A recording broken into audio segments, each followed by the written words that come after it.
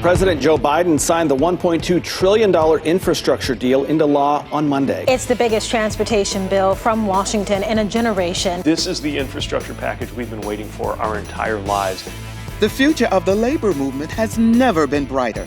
Infrastructure. The opportunities never greater. Roads, bridges, Water and power projects. Tunnels and ports and airports. Public transportation. Electric vehicle charging infrastructure. And rural broadband expansion. Creating all these projects means creating new jobs. Thanks to your hard work and the efforts of President Biden and Congress, we've achieved unprecedented victories. Like many before him, he said he would get an infrastructure bill, but unlike the others, he got the job done. But he didn't stop there. A National Labor Relations Board that actually cares about working people, done. An executive order on project labor agreements for federal construction projects, done. New rules to strengthen Davis-Bacon, done. Getting this pandemic under control and getting access to vaccines and testing, getting our economy moving, done.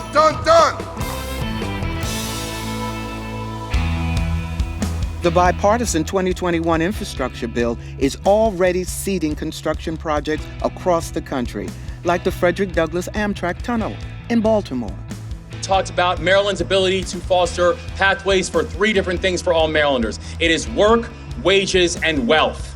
This tunnel alone will generate up to 30,000 jobs in the Baltimore region. In Chicago, the Calumet River bridges are being rebuilt. We will put thousands more Americans to work in good-paying union jobs. And the infrastructure bill was just the beginning. Last August, the CHIPS Act became law, providing billions of dollars for the construction of semiconductor manufacturing facilities, each of which will create thousands of jobs. Today in Ohio now, there are young men and women in our 50 career centers who will one day work here in a wide variety of occupations. And here's a critical piece. Intel is using the project labor agreement for this investment. These are agreements that contractors, subcontractors, and unions put in place before construction begins. They ensure major projects are handled by well-trained, well-prepared, highly skilled workers. They resolve disputes ahead of time, ensuring safer work sites, avoiding disruptions and work stoppages. And last year, the president also signed the Inflation Reduction Act, which will create thousands of new construction apprenticeships on clean energy projects with prevailing wage coverage. Roads and water systems will stand the next big flood. Clean energy to cut pollution and create jobs in communities often left behind.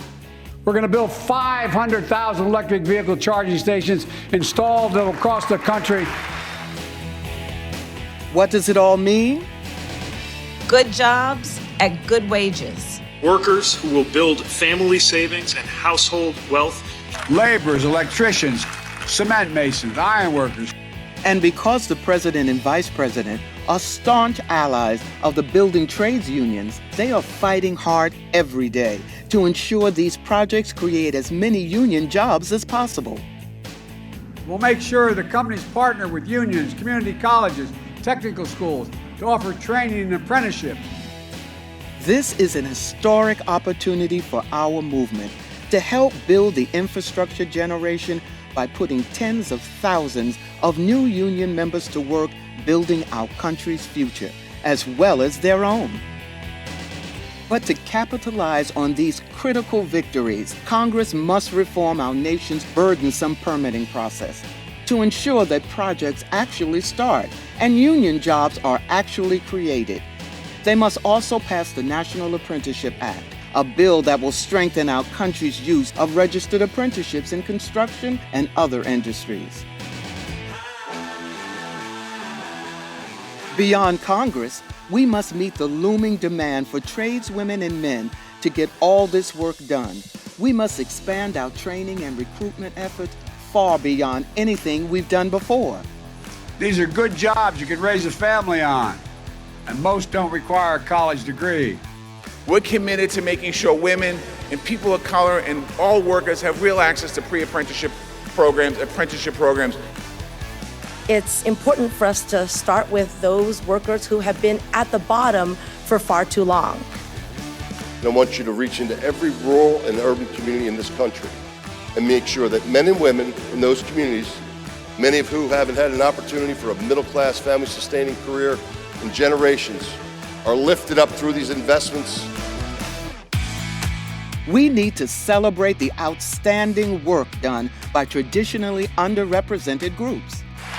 I met a young woman named Sarah, proud member of the Iron Workers Local 44.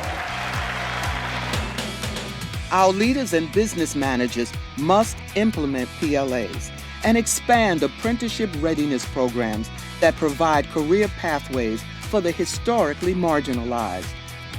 All of us can help by doing our part. Because of the skill that I've learned as a plumber, I am able to then start a nonprofit called Tools and Tiaras, where I teach girls about the union. Being a union tradeswoman to me means a way to make my dreams come true. This is our time. I was born and raised in Houston, Texas, and I've always known this to be a right-to-work state and had no idea that unions were even here. And so when I found the union, I found a home. Time to seize these opportunities. Putting a hard day's work for an honest day's wage, I mean, what's better than that? Brothers and sisters, it's time to meet the moment and build the infrastructure generation.